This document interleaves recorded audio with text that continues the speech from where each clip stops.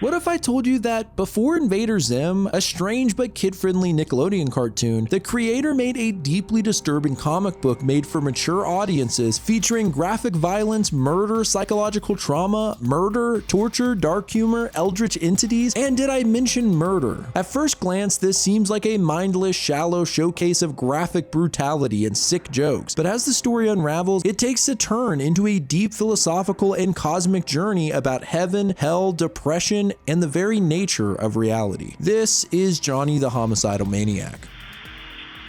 Hello friends, this is Grief speaking. Today we're going to be taking a look at Johnny the Homicidal Maniac by Jhonen Vasquez. I picked this one up on a whim, vaguely knowing its connection to Invader Zim, and was legitimately shocked at how insanely disturbing it was. If you're an Invader Zim fan, you'll instantly recognize the style and humor, but this comic takes a much darker approach to storytelling. It released in 1995 and does feel a bit like a time capsule, specifically looking at counterculture and goth scenes of the 90s. The author, Jhonen Vasquez, has severe hypnophobia, the fear of falling asleep, and so much of this comic was produced late into the night and on lack of sleep. I think this probably contributed to the deranged tone of the comic, and this is showcased in the intro of each issue, which is usually a depressing rant by the author that feels like you're reading the weird diary of an unhinged individual. It's hard to tell whether these are the true feelings of Vasquez or a sort of character he's playing, but I get the sense that it's a little of both. The comic is entertaining throughout, but as the issues go on, I was surprised to find that there's actually pretty interesting lore that begins to develop. Everything starts coming together as you learn who or what Johnny is. This is a really fun one, and I'm talking way too much, so let's just get to the video. This is Johnny the Homicidal Maniac explained. So let's get into issue number 1. The first story, titled Traumatize Thy Neighbor, begins with a cute little boy who's woken up in the middle of the night. He tells his mom he's heard a noise, but she just lays in bed with her legs dangling off the edge and directly tells him, "Mommy's ignoring you, honey, go bother your father." The boy reassures his teddy bear that his father will help them. He enters his father's office and tells him that he heard noises. His father tells him that they just moved in, and so he's probably just not used to the noises of the new house. That would be somewhat comforting, except he continues saying, "I'm busy now, working. That's all I seem to do now. I have to work to keep you alive, to feed you. I haven't smiled once since you were born. Go to sleep." Damn. Well, the kid says he can't sleep because he doesn't have curtains and he feels like things are watching him outside of his window. His dad turns his sinister head and tells the boy that his presence tires him. He tells him to go to his room and be quiet or the things will hear him. So yeah, we're thrown into this depressing world where the parents hate their life and son and just outright say it. The kid obeys and goes back to his room talking to his teddy bear, saying, "We'll hide under the blankets and maybe fall asleep before we die." When he gets to his room, he finds that his window has been smashed open and he hears a noise coming from the bathroom. The boy decides to be brave and tells his bear that they must protect mommy and daddy. Having an imaginary conversation with his teddy bear, he says, "You're wrong, they aren't bad people and they don't mean it when they tell me to get kidnapped." Oh my god. He opens a door and finds a psychotic man with blood on him looking through the medicine cabinet and screaming at the top of his lungs, "Where the fuck is the back teen?" He spots the boy and introduces himself as Johnny, but says to call him Nee for short. It seems the boy's name is Squee. Johnny asks him where the back teen is, saying, "Some of this blood isn't mine." He finds it before Squee answers and dumps it on his head. Apparently his recent victim fought back and scratched him up pretty good, like a cat on crack. Johnny picks up the teddy bear and starts talking to it all cutesy to Squee's delight, but things go south when Johnny gets into an imaginary argument with the bear, ending it in him telling it "fuck you" and then stabbing the bear repeatedly before handing it back to the boy. He leaves apologizing about the window and suggesting that Squee never lock it again. He informs the boy that they are neighbors after all. This ends with Squee screaming for his parents, his mom actively ignoring him, and his father saying that he ruined his life. After this, there's a little vignette about a cynical and nihilistic little creature named Wobbly-Headed Bob. He's crying and going on about the pain of life and how much of a burden it is having an abnormally vast perception of this cruel reality. He then comes across a cute little dog who actually makes him smile, a rarity it seems. He brings the dog to a safe spot by a cliff to watch the sunset and then bids it farewell. But as soon as he walks away, the edge of the cliff collapses, sending the dog to its death. Now back to Johnny the Homicidal Maniac. A man from the neighborhood crime council is going door to door doing surveys. One woman says she doesn't want to miss Oprah, but the recent mutilations are upsetting, so she participates. The man asks what she thinks about murder, and she says, "Well, last week I found my husband's headless body nailed to the wall with his open chest cavity stuffed with human skulls, so I'd have to say it's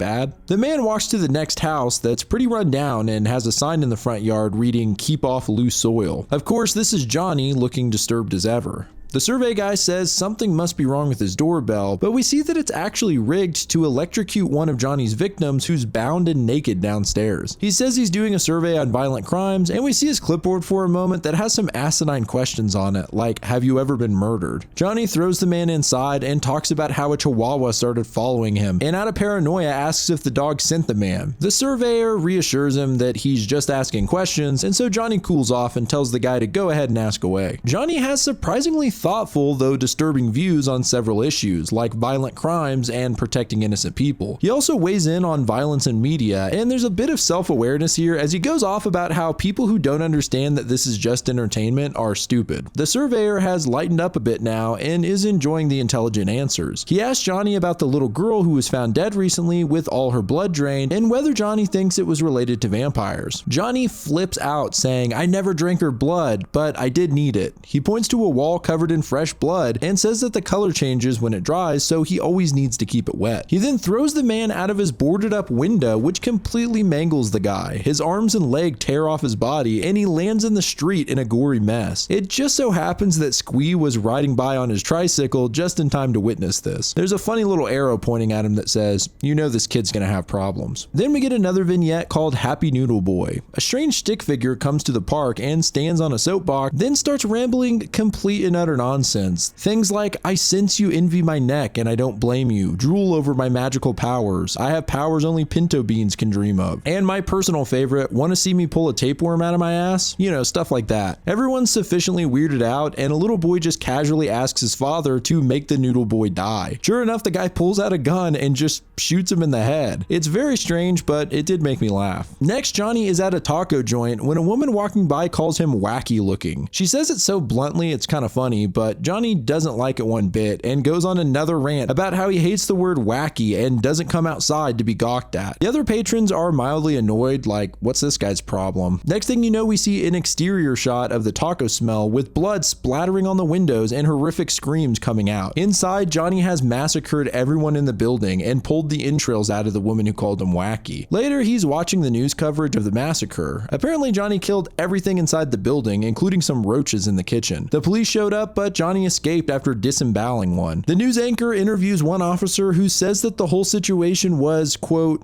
wacky, and you can see Johnny is visibly angry. Later at Johnny's place, we see a slew of horrific tortured people. One man is hanging by a hook through his eye, a woman has her tongue nailed to a post, another has a bottle filled with various creepy insects strapped around her mouth. I mean, this just keeps going on. One guy has nails in his ear, another has his arms torn off and pinned to his head. This guy's eyes are torn out of their sockets and pinned to the wall. This girl has her cheeks stretched out and stabbed by knives. And finally, a man is tied up naked with his dork hanging out in front of a rattlesnake. Man, that might be the most rapid fire torture sequence I've covered in quite a while. Anyway, Johnny is laying on the floor using a dead dog as a pillow. He's holding his diary and writes, "Today some friends came over." In the next segment, the title is slightly different, saying Johnny the Homicidal Maniac. Johnny looks out at the stars saying, "It's such a beautiful night. I think I'll kill myself." Jeez. He has a gun in a glass case on the wall that says, "Break glass in case of overwhelming despair." In a kind of real and sad moment, Johnny wishes he had a friend that could come by because he doesn't want to be alone. He laments on how he's become sick and sees the world as rot and smelling like shit.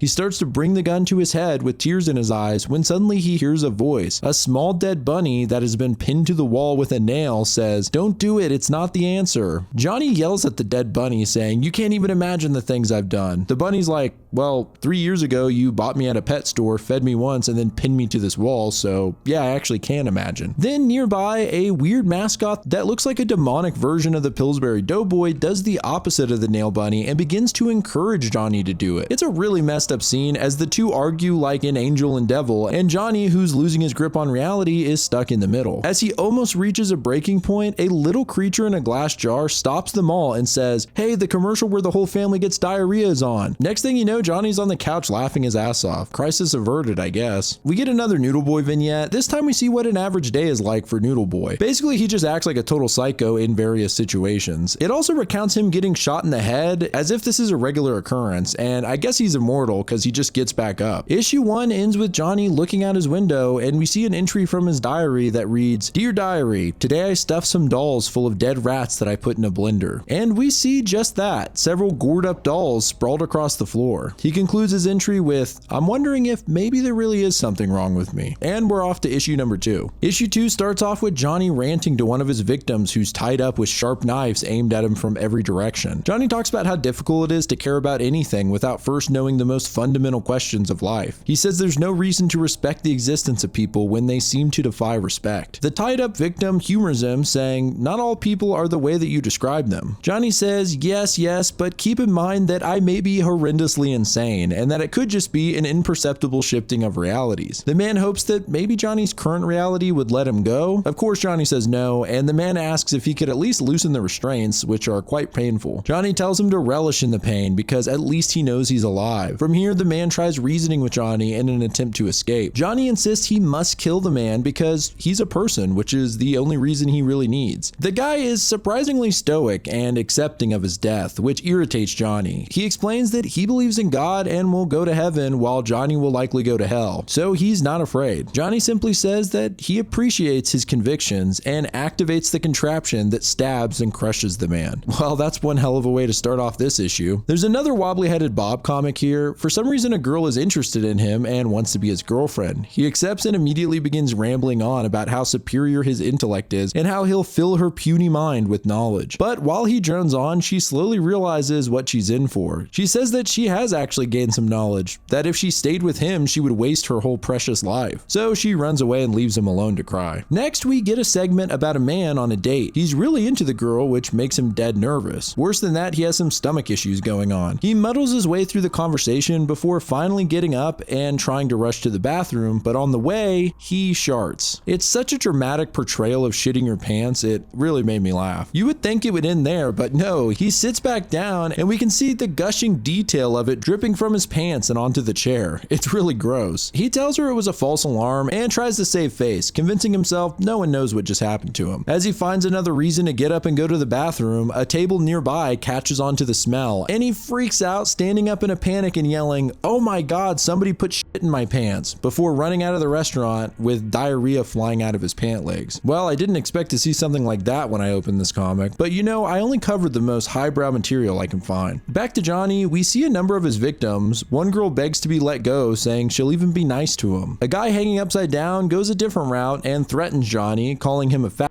and saying he'll kick his ass. A third victim, who's confined to a locked wooden box, says he'll be a better person if he gets out. Johnny listens to their cries but knows that these people don't regret insulting him. They just regret doing it to his face. He takes in the sweating and screaming and crying of his victims, but everything else is just noise. Johnny admits, however, that sometimes the noise begins to sound like words, and these words make him think about what he's doing and become uncomfortable. There's a series of quick panels with blood-soaked weapons clearly used to kill his victims in a fit of rage. He asks himself why he doesn't just get a pair of earplugs and cleans his hacksaw. In the background, there's a chopped up body in the tub, blood pouring over the side. Next, Johnny is sitting on the hood of a car with a girl named Devi looking down on the city, both literally and metaphorically. Devi asks if he'd like to go back to his place, and he agrees. In his living room, Devi says they should have gone out on a date sooner, and we learn that Johnny met her at the bookstore she works at. Johnny's acting surprisingly sheepish. He timidly asks her why she likes him. She says for all the reasons someone usually does. She enjoys his company and hopes he feels the same way, or she'll have to awkwardly leave after killing him. There's a pause and then the two laugh like maniacs. Johnny genuinely smiles for once and says that she makes him really happy. The two move in for a kiss, but then Johnny freaks out and leaves to his room, slamming the door behind him. In his room, he has a conversation with two Pillsbury Doughboy looking dolls named Mr.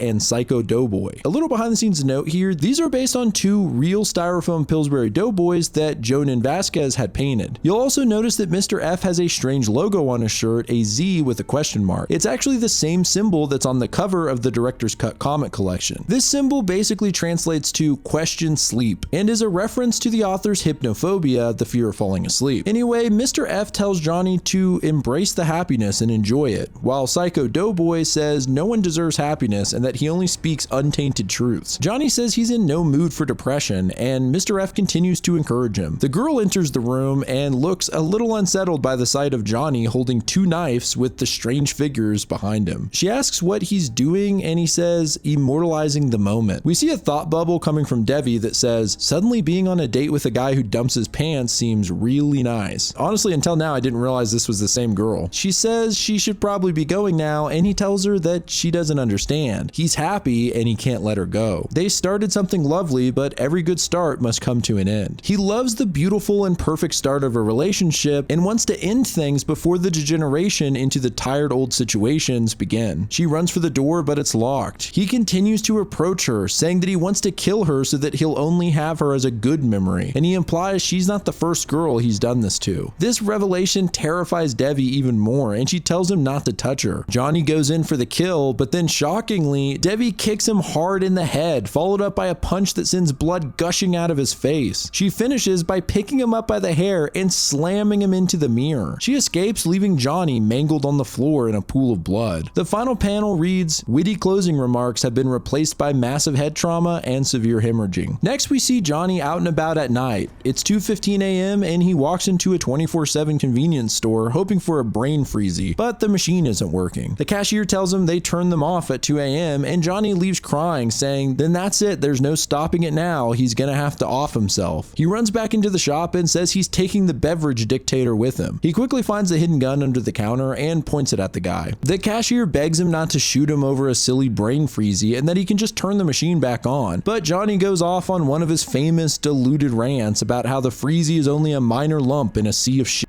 and it's just another unfulfilled hope. The clerk tells him, well, why don't you just do it to yourself and leave me alone? But Johnny says that he has spent his whole life alone and that he will not die the same way that he lived. So they'll die together. The clerk points out the security camera, but Johnny says he won't get caught and that he never gets caught, even if he tries to. This is kind of an interesting detail. It is strange that Johnny has never been arrested considering how obvious his crimes are, but we'll touch more on that later. The clerk craps his pants and Johnny says it's embarrassing to make your final exit with a pantload of chili cheese. He finishes by simply saying, we depart, and blowing the guy's brains out in gruesome detail. Johnny says, wait up, I'm right behind you, but the gun is empty. It only had 1 bullet. He begins to freak out about it until he looks over at the coolers and sees that they have his favorite soda, Cherry Fizz Whiz. Oddly enough, he still pays for it, throwing some cash at the clerk's fresh corpse. In the final page of the issue, Johnny is staring into his mirror. He stares until he forgets it's a mirror at all, but rather a portal to another world where everything's better, where there are people he actually likes. He tries to enter it, but wakes up to reality when his hand hits the glass. He sits sulking and then decides to go kill a party clown. It's interesting to note that there is an unfinished Happy Noodle Boy comic on his desk, implying that Johnny is actually the author of Happy Noodle Boy. Moving into issue number 3. It begins with Mr. F telling Johnny he misses his smile and convinces him to go out and enjoy life. So Johnny decides to go out for the night. He passes by a cafe and a man asks him for a cigarette, but Johnny tells him he doesn't smoke. He hears the guy call him a pussy behind his back. He turns around and informs the man that he was going to pass this place up in favor of a dance club up the street, but now he's decided that the dance club can wait. Johnny walks inside and stands on a chair signaling to the patrons. He says that he's unsure how to separate the people who are assholes and the people who aren't, but this will not factor into what he's about to share with them. He pulls out a knife and the next page is complete and utter chaos as he begins to slaughter everyone inside in completely grotesque ways. As he kills them, he tells them what they did to upset him. He cuts a guy's head off who tripped him once. He shoves multiple knives into a girl's throat, pinning her to a wall because one time she told her boyfriend to beat Johnny up. There's some legitimate grievances here, but he also stomps a guy to death for having a lazy eye and rips a girl's legs off for trying to bring back bell bottoms. It's by far the goriest sequence in the series so far and shows just how psychotic and ruthless Johnny can be. It cuts to the bathroom where a poor guy is stuck on the john without toilet paper and Johnny throws a hand grenade at him, blowing him to bits. By By the way, he has his headphones on the entire time, and earlier said that he was listening to Ode to Joy, so I can't help but imagine this brutality unfolding to that classic tune. He stops for a second, and one guy says, look, maybe he's realizing the horrors he just committed. But Johnny's like, nah,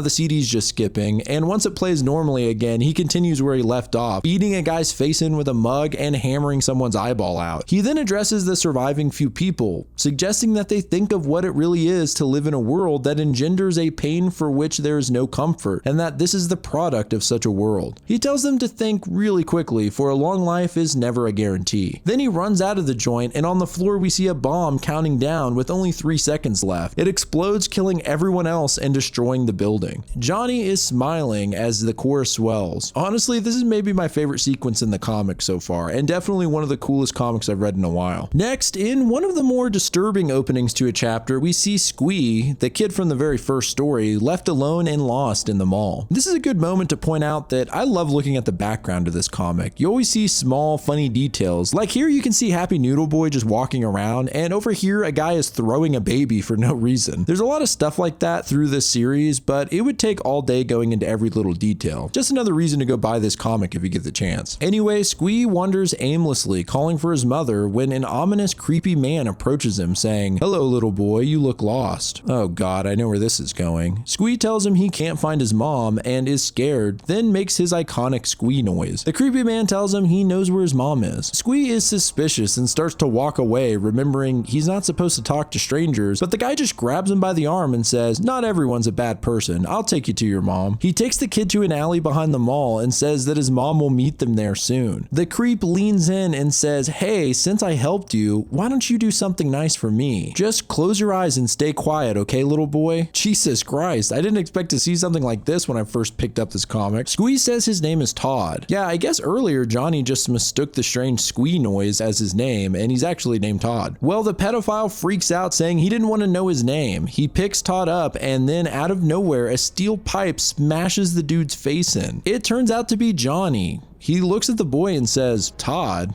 I like Squee better. He says he hates malls and he came here to do some of his dirty work when he saw Squee and his mother. He mentions to the kid that his parents clearly aren't good at the whole caring thing, and unfortunately he'll have to teach him that this creepy man is a piece of shit and a pathetic human defect. He wants to prove to Squee that this is just a person not worth devoting any nightmares to. Johnny pulls out a knife and approaches the man, who's still barely conscious, and then cuts off his hand, which plops on the ground next to Squee, and Johnny says, see, bones and tissue tubes and fat all sustained by nothing more than blood. He then uses handheld hooks to pull the guy's skull in half, showing his exposed brains like it's a biology lesson. I have to say, the violence has really stepped up in issue 3. This is pretty graphic stuff. He then pulls the man's brains out in a bloody mess as the kid squeaks in terror. Johnny says, revel in the superiority of your perception, and throws the brain against the wall, smashing it into pieces. Johnny calms down a bit and says, but these are just my opinions, likely flawed like anyone else's. He then tells the boy to believe in whatever makes sense to him. Then he says, well, you better get going. It's Tuesday, and you know what that means. UFOs, run. Johnny runs off, and Squee just shrieks in horror, running away as well. In the next segment, Johnny can't stop laughing as he recalls killing a woman. She tried to rationalize with him and seemed rather stoic until her skull was cracked and she screamed as her eyes shot out of her head. Johnny finds this hilarious, and we see that he's telling the story to another victim who's strapped to the exact same device. Johnny asks him why he doesn't find it funny. One of the ongoing segments in this comic is called Meanwhile. In this story, high above the earth, a man wakes up to the sight of aliens having been abducted into their craft. They say they're scientists and need him to study human sexual behavior. They say if he participates, they'll let him go, but they need to see him have sexual interaction with a human female. Unfortunately, they got their species mixed up and they present him with a chicken. But they put their knife-like tails to his head and he actually is forced to go through with it. He goes into a room where the aliens can monitor the act and afterward walks out in shame. Once again, I did not expect this kind of stuff when I picked up this comic from the creator of a beloved children's cartoon. Anyway, they bring him back to Earth and it cuts to the near future where he is on the couch with the chicken surrounded by chiclets that look oddly human. He says, and that is how I met your mother.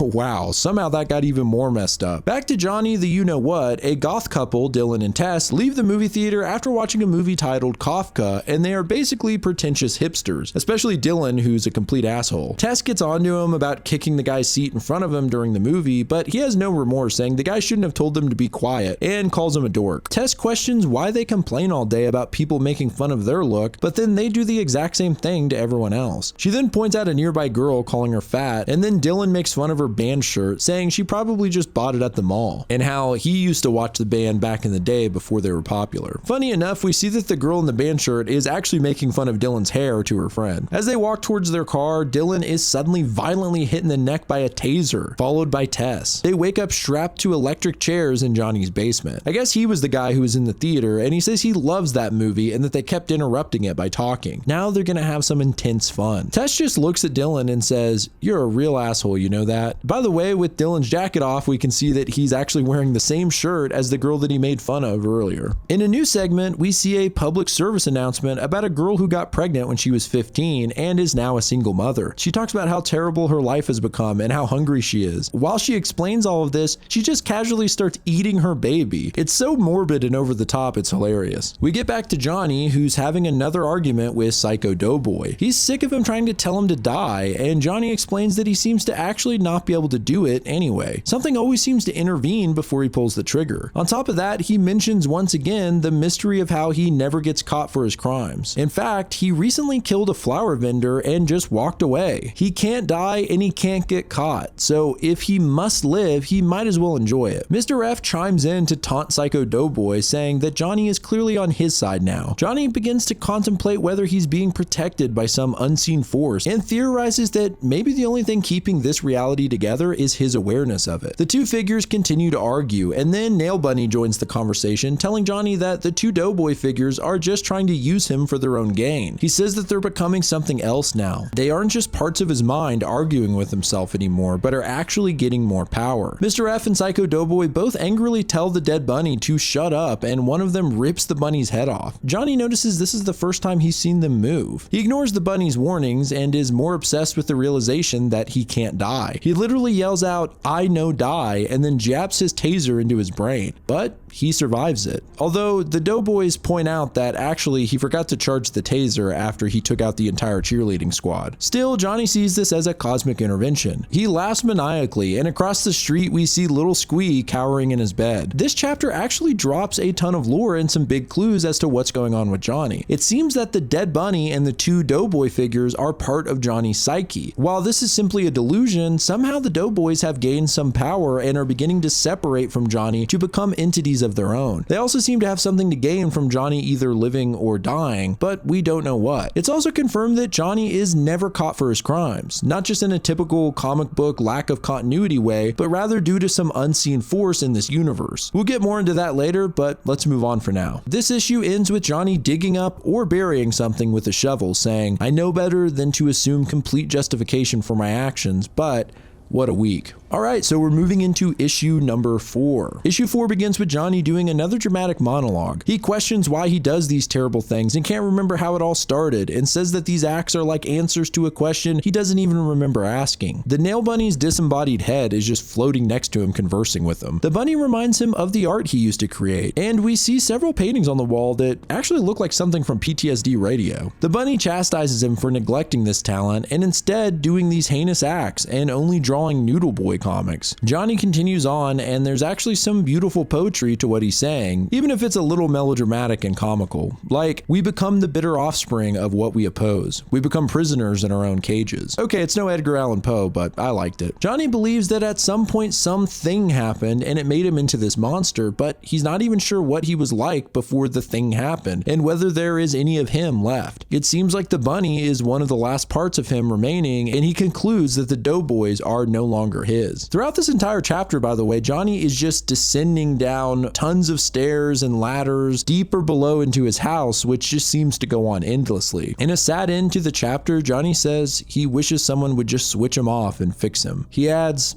"I'm not happy." Well, this comic's getting more depressing than I thought it would. In another wobbly-headed Bob segment, he decides that the only life he has any control over is his, so he decides to end it by jumping off of a cliff. Well, he ends up landing on an innocent little girl, crushing her to death and surviving. He looks down at her guts and he's pretty upset, not because he just killed someone, but because his attempt failed. Back at Johnny's place, Johnny walks through the basement of his house and we see Tess and Dylan, the couple from the last issue. Tess tries to communicate with Johnny. She says her friend is really really hurt, and Johnny just tells her, come on, even you know this guy's an asshole and deserves it. Funny enough, it seems like Tess actually agrees, but she says, not like this is sick. She asks where they are exactly, and Johnny tells her, just another room in the world. He gestures to the bloody wall we saw way back in the first issue, saying that this wall is something else entirely, and that her friend should suffice as a fresh coat. He says he hasn't painted it in a week, and he can feel its fury at his disobedience. He rages at the wall, saying he's gonna kill people because he wants to kill people, not because the wall tells him. Tess realizes that all the recent murders were Johnny's doing. She lists several examples, including a girl who was raped, but Johnny flips out on her, saying he would never do such an act as that, mostly because that would require touching things, and that touch is disgusting. There's a funny moment here where Tess calls him out on quoting The Fly. He stomps on a cockroach, claiming he killed it several times already, and Tess is like, you really don't think there's more than one bug in this place? He refers to the cockroach as Samsa, by the way, which is a reference to Kafka's short story Metamorphosis, about a man who turns into a cockroach. Anyway, Dylan starts mumbling, which reminds Johnny to give him a shock. He leaves and says, I'll be back in an hour to do that again. Next, Johnny appears at Squee's window asking for a band-aid. He apologizes for waking him and says he doesn't have to worry about the window visits anymore because he found a tunnel that leads from his house into Squee's basement. He suddenly remembers that he left his SpaghettiOs on the stove and runs off, saying, good night, don't let the flesh-eating bed babies bite, once again leaving Squee horrified. Next, we see Devi, the girl Johnny went on a date with, who beat the shit out of him. She's afraid to leave her house now after the traumatizing incident with Johnny. Her friend asks why the cops never arrested him, and Devi reveals that she has called the police dozens of times, but every time she called, they never knew what she was talking about and would forget all the previous times that she contacted them. I guess this is just part of the mysterious force at work surrounding Johnny. Her friend tries to convince her that Johnny probably left town a while ago, but Devi thinks he's following her and believes she saw him outside the bookstore at one point. Her friend suggests that she call Johnny's place just to see if he's still there. Devi reluctantly calls, and Johnny does answer the phone, but shortly after, a gunshot goes off and the line goes dead. It ends with Devi saying,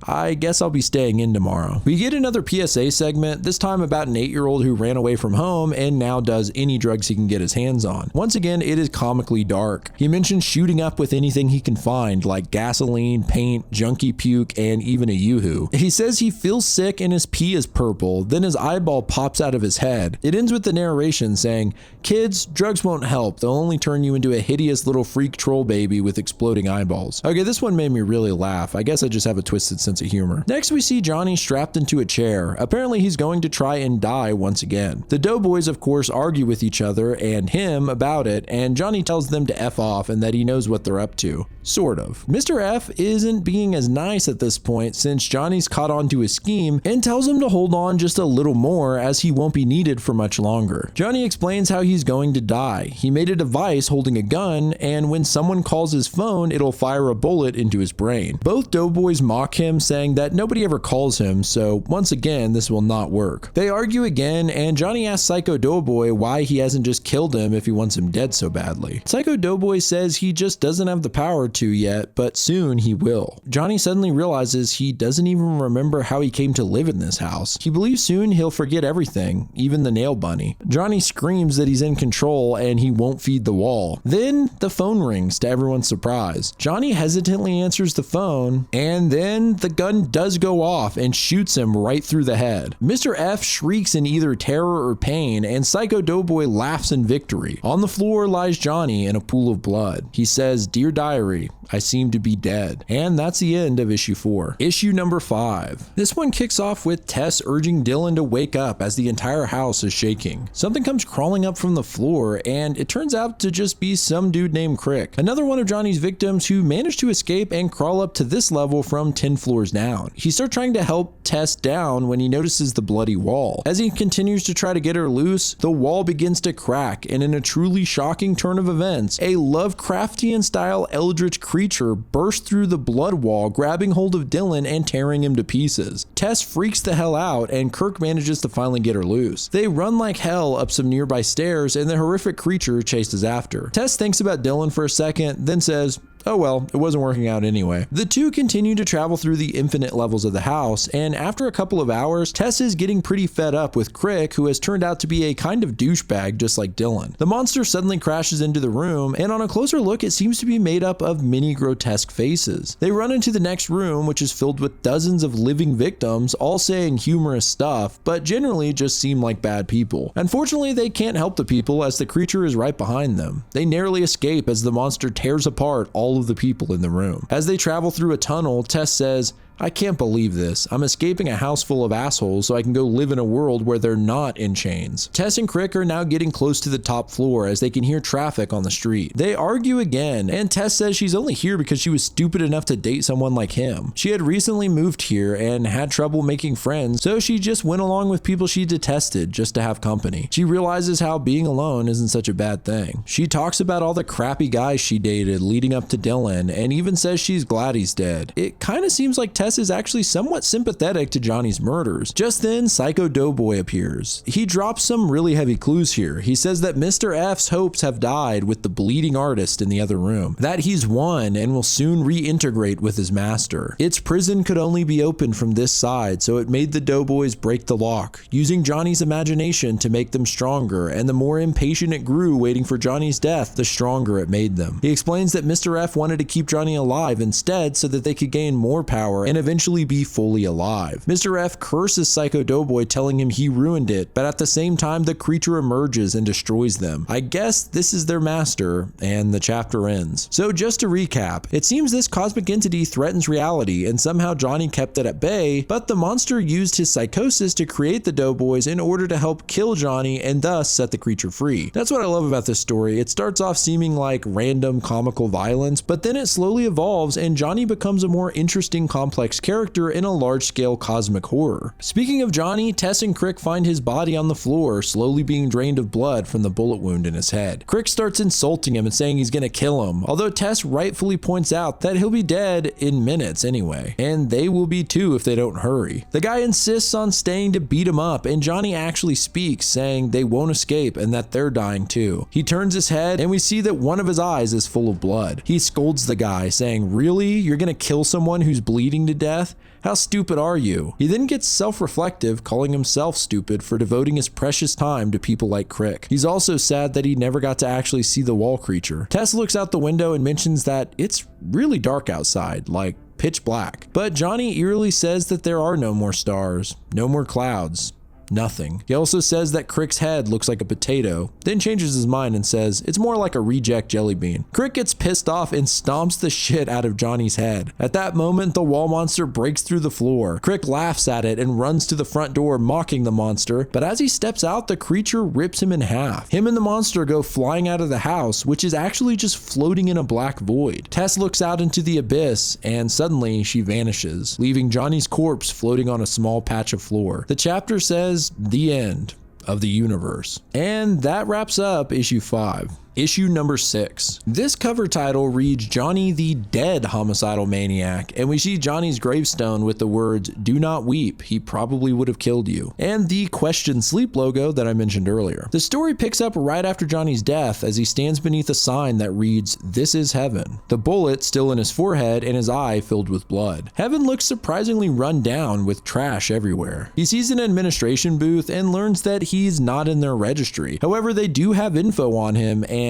he isn't supposed to be here. He points out that heaven is a dump, and the angel at the booth gets a little offended, saying they have better things to occupy their minds than appearance. He asks if the angel can fix his head, but all the guy does is give him a band-aid, which surprisingly seems to work. The angel says until they know what to do with them, he can look around and starts reading Johnny's file. Of course, he's revolted by Johnny's violent acts. Johnny then runs into God, who's just a little fat guy sitting in a recliner sleeping. Johnny starts asking him about what's been going on with him, talking to dead bunnies and such, but God is too sleepy and tells him to come back later. They have a funny back and forth where Johnny's like, "What the hell's your problem, God?" And God's like, "Look, dude, I created the whole universe. I just need to chill a bit." Johnny goes on a rant about how horrible things are down there and how God needs to start paying attention, but as he finishes his brilliant spiel, he finds God has fallen back asleep. Next, Johnny's given a tour guide named Damned Elise. She explains that the dumpy entrance to heaven is just to remind people of what they're leaving behind. Inside, things are much cleaner. In heaven, it seems seems, everyone just sits silently in chairs doing nothing. Elise explains that this is because they have everlasting contentment as all their needs are met, so they just sit there. She also says that the reason her and Johnny don't feel that way is because he doesn't belong here and she is actually from hell. Yeah, I guess people from hell work in heaven as servants. She says that people in heaven have all kinds of incredible powers as well, but they don't have the compulsion to use them. Johnny wonders what kind of powers, and Elise explains that it varies, but it could be any number of things, like exploding someone's head with your mind. Johnny instantly gets excited and somehow taps into this power, exploding a guy's head nearby. It instantly regenerates, I guess because all damage in heaven just reverses, so he just keeps doing it to the guy, blowing his head up multiple times for amusement. Elise screams at him to stop or he'll ruin everything, but Johnny is lost on a power trip. The guy whose head he kept blowing up is now pissed and blows Johnny's head up. So now they're going back and forth exploding each other's head, and then some girl nearby gets blood on her, which pisses her off, so she makes both of their heads explode. This starts a chain reaction as a grandma gets killed, and then her toddler grandson gets revenge by jumping at them, but they explode the little kid's head as he flies through the air. After this, a nun is completely enraged and stands up, exploding everyone's head nearby. It's absolute chaos and had me smiling from ear to ear. Definitely one of the best sequences in this comic. Elise is then forced to send Johnny to hell to get rid of him. So he appears in hell before the devil himself, who begins to show him around. It seems hell actually looks pretty similar to Earth, but completely empty. Satan explains that the people of hell constantly abandon areas to build new ones, and everyone goes because they all just want to be seen. Unlike God, Satan actually answers Johnny's questions and informs him that he's what's called a waste lock. He says that yes, the pre-mortem world is riddled with pains, traumas, horrors, and other unpleasantries, but it's nothing compared to a world without waste locks. Despite its troubles, the world is actually perfect, as violence and nightmares are simply a natural product of humanity. He goes on explaining that the negativity of human existence leaves a sickly residue like sewage. It forms into an entity that must be managed, so it's stockpiled into spatially cleared out space prisons. Each cell is assigned a lock to stabilize fluctuations and maintain the seal. Of course, locks, whether it be humans or animals, have no idea what they're doomed to be. Just a side note here, in between the panels, there's a little comic that says, "For those of you who grow weary at the absence of sophomoric violence, here's a little boy being attacked by a gerbil." The gerbil pulls out a gun and shoots him. I love that we're getting this insane information about Johnny's origins, and the author just squeezes this in between. Satan then says he doesn't know who runs this whole operation, but whoever it is must have made a mistake choosing Johnny, who was clearly quite sick to begin with. Still, the whole process seemed to work, as Johnny expired, leaving nothing for the entity to escape into, effectively flushing it into oblivion. They then use a backup disc to reinstall existence. Johnny just sits there in shock, realizing he's essentially a cosmic flusher. After this, Johnny enters a more populated area of hell, which is once again not that different from the real world. Everyone is completely self-obsessed. All they do is focus on buying bigger and better material things to try and impress a giant eye in the sky. Literally, there is a giant eyeball floating above the city. So Johnny does a bit of exploring. His tour guide gets pissed when he realizes Johnny was the one who actually killed him, and in a fit of rage crashes his car and dies. Then Johnny enters a clothing store, and when the cashier asks for money, something he's surprised exists in hell, he kills her and takes a sweet new coat. He does encounter one nice guy who says he's here by mistake. He offers to buy Johnny a bagel, but then the guy asks for extra cream cheese, and the cashier says it'll be an extra 50 cents. For some reason, this sends the guy into a fit of agony, and he propels himself onto the street by the force of his own grief, then gets immediately hit by a car. Johnny finally gets pissed off at everyone's behavior. How are they all so obsessed with fashion, money, and cream cheese? He says they're all too stupid to know that they're even in hell. Satan shows up disguised as a cheerleader, aka pure evil, and says it's time to send Johnny back to the mortal world. He says it won't hurt at all, although some people say it's the most excruciating thing they've ever known and that his hair might fall out. But he'll wake up feeling rested and anew. Johnny doesn't like the sound of it, relating it to waking up from sleep, an experience he finds terrifying. Once again, relating directly to the author. He's also really sad that he can't keep his new coat. And finally, Satan sends him back. So Johnny the resurrected maniac wakes back up and the world exists again. He also now has a new hairstyle since most of his hair did in fact fall out. He finds himself alone except for a talking Bub's Burger Boy and can't tell if his voice is projected onto it. He also wonders if he's still crazy, but quickly gets the urge to saw off the legs of a cheerleader. So that answers that. He smiles, realizing that things can be different now. He's at a threshold of something grand and new. It cuts to the final panel where he watches garbage TV and drinks a brain freezy. And moving into the final issue, number 7. This one starts off with Johnny being visited by a man named Jimmy. Apparently Jimmy is Johnny's biggest fan and even tries to dress like him. He's a killer too and wants to become Johnny's new apprentice. He brags about some of the people he's killed, including a girl he violated. This must be the same girl that Tess mentioned a couple issues ago. Johnny is absolutely revolted by Jimmy. He walks down to his basement, and when Jimmy follows, he throws a knife into his shoulder, causing him to fall down the stairs. Then he splits his stomach open while the guy's still fully conscious. Jimmy says, "Why? I'm just like you." Johnny then picks up a sledgehammer and finishes the job, saying, "I don't like myself much." Next, we see Devi still cooped up in her apartment when she gets a phone call. She answers it and hears Johnny's voice, only it's just a tape player with a pre-recorded message. He tries to apologize to her in a very Johnny kind of way, saying that he knows forgiveness is out of the question, but he only asks for what we all ask of the people we respect, that the thought of him doesn't compel her into violent spasms of projectile vomit. Well, she's had enough and tells him to shut the tape recorder off and pick up the phone. He's too afraid to do it, so she just lays in on him, telling him how she's been staying inside for the last few months. If he thinks his little apology is going to make her happy, he's wrong. She says she's not going to hide anymore, and if he wants to try and kill her, he can go ahead, because she'll kick his ass again. He doesn't respond, and she just screams at him, "What's wrong? Not full of fucked up wisdom today?" Then she curses at him and hangs up. Johnny stares wide-eyed at the phone.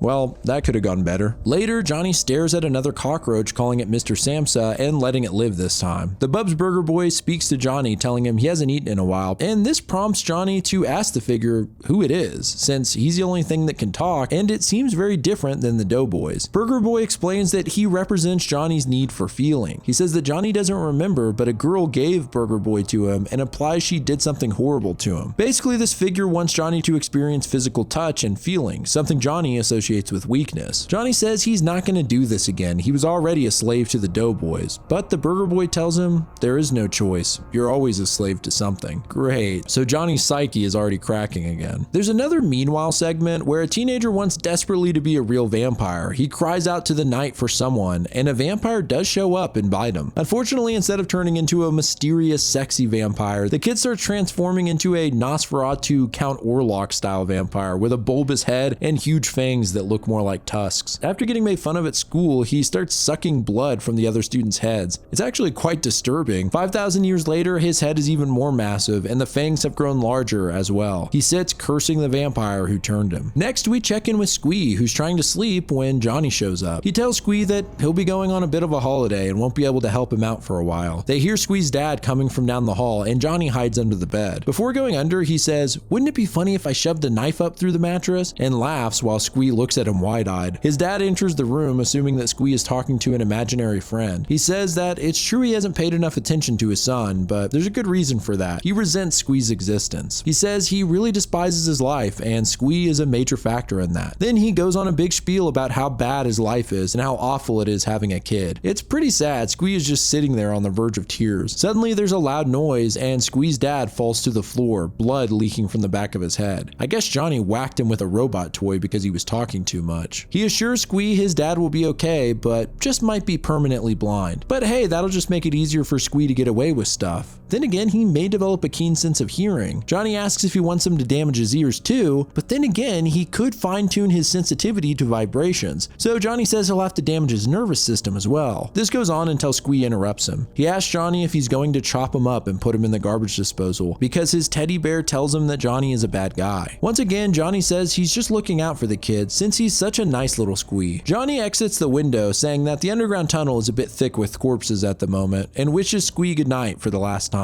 Squee falls asleep and then finds himself in the clutches of a horrible nightmare creature, not unlike the one from the blood wall. He wakes up again in his bed, his dad's body still laying on the floor. Man, this kid is going to be really messed up. On the final page, Johnny sits atop the hood of his car on a cliff overlooking the city, and we see his journal entry. "Dear Diary, the passions that drive us should be the ones we respect and admire. To feel contempt for one's own motivations is a vulgar thing. Too often it seems I have succumbed to less than admirable compulsions driven by this furiously reprehensible machine of mine. So many things that I can do without, desires and urges and whatnot. By the time I write in this book again, I hope to be as cold as the moon that lights this page." And that's the ending of Johnny the Homicidal Maniac. So let's do a quick recap. So Johnny is a psychotic killer who has no memories of his past. He mostly focuses on killing people he deems to be a-holes holes, but casts a pretty wide net in that regard. These killings are fueled by a wall in his house that seems to demand fresh blood from him, and Johnny feels obligated to keep the wall wet. Turns out that behind this wall is actually a cosmic creature made from the excess negative energy or waste of human society, and Johnny is a waste lock. His reality is essentially a cosmic toilet made to trap this entity. When Johnny dies, the lock breaks, the creature escapes, and at the same time reality vanishes, essentially flushing the toilet into an endless void. A strange cosmic waste disposal system. After this happened, the powers that be, that seem to be even above God and Satan, reboot the reality and start it all over again, bringing Johnny back to life. For whatever reason, whoever is in charge made a mistake picking Johnny as a waste lock, since they're usually mild-mannered people who keep to themselves. But as we know, Johnny has all kinds of problems, including projecting parts of his own psyche onto inanimate objects, like the nail bunny and the doughboys. The creature in the wall uses this against Johnny, lending its power to the doughboys so that they can become actually alive apart from Johnny's control. So in the end, Johnny still doesn't know exactly who he is, and his nihilistic worldview about his reality is kind of confirmed. It's a bit of a lackluster ending in that regard, but at the same time, I think it fits the vibe of the comic and the character pretty well. My only complaint is that they introduce the Burger Boy part of Johnny and hint at some part of his past concerning a girl who did something to him. They do this right in the last issue, so it just kind of opened up this door to a new mystery that we never get to learn about or solve. But anyway, it has been one hell of a journey. We literally went to hell and back in this comic.